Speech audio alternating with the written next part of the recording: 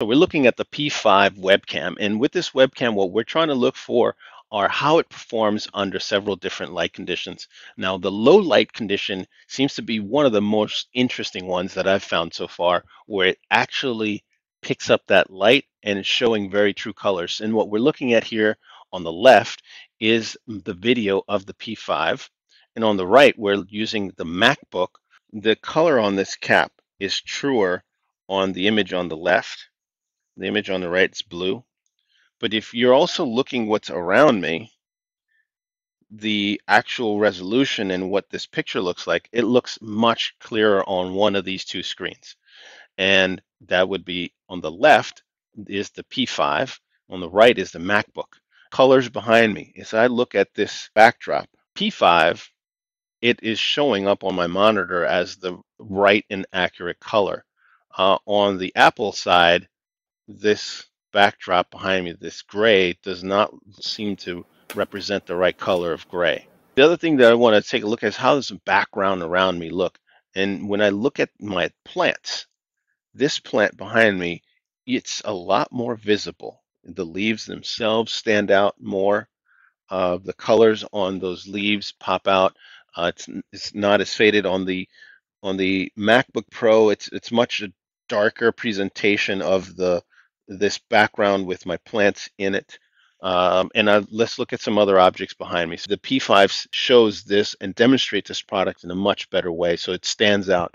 And also the colors, again, if I'm looking at my monitor, I see that the colors on the P5 webcam are also truer. We're going to turn down the lights to bring out one of the most interesting features on this P5, and that's its low light compensation. So in this shot, we've got virtually no light. And what you're able to see on the P5 is a lot more resolution. The picture looks clearer, doesn't look as washed out, it doesn't look as pixelated, and this is where the P5 shines. Under low light conditions, at night or in the evening or in a location where you don't happen to have a lot of light, the P5 is really where it stands out. This shot, what we're taking a look at is how well it does when you are closer to the image.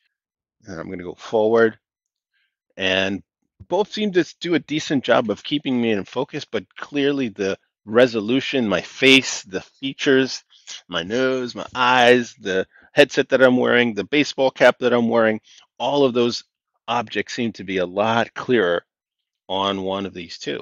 And here you really see the difference between the two under low light conditions.